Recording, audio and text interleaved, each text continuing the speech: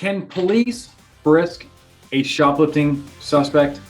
And also, if they're in handcuffs, is Miranda required?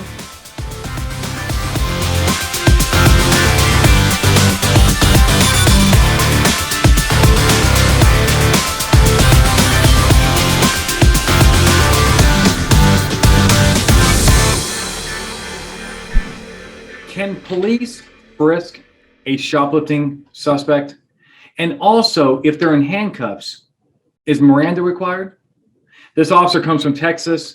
He says, look, some of my guys and I disagree on this issue, kind of a two-part, right? First of all, I'm in Texas, but my answer is going to be under the Fourth Amendment, so it's going to apply to Texas and many other states. We had a walkout theft at Walmart. You make contact with them at the store. You handcuff them to take them back to the loss prevention office. At this point, the person is frisked for weapons, right? Then we take them back, no weapon is found. We take them back to the loss prevention office. Now they're in handcuffs, in loss prevention. Is Miranda required for questioning, right? All right. Let me give you my first one is based off of these facts and nothing else. No way are we frisking this person for weapons.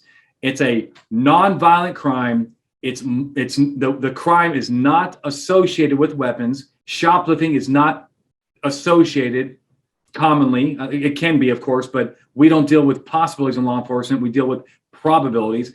Shoplifting is not probably going to have a weapon involved. So the answer is no. In order to frisk a person, you need armed and dangerous, right?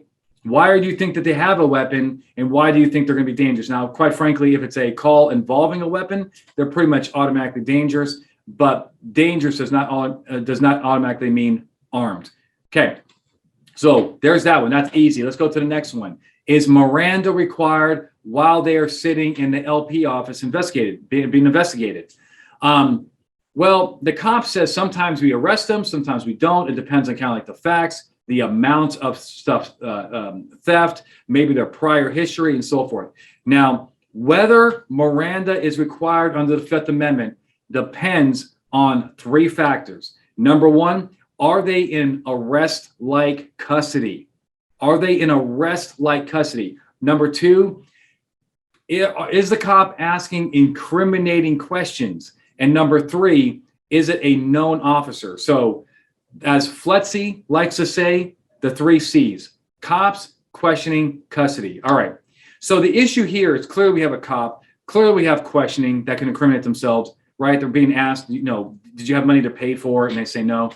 Then the third one, okay, the one that's going to be in play here is arrest-like custody. Now, I got to tell you that generally speaking, simply being in handcuffs is not arrest-like custody if the handcuffs are appropriate, fight or flight, and a reasonable person would not believe they are actually been formally arrested.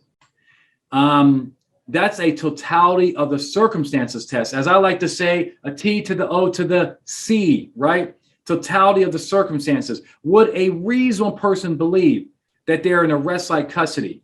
Well, look, the handcuffs better be, if the handcuffs are not justified, I think you have pretty much automatic arrest-like custody. But if the handcuffs are justified, right, it can go either way, right?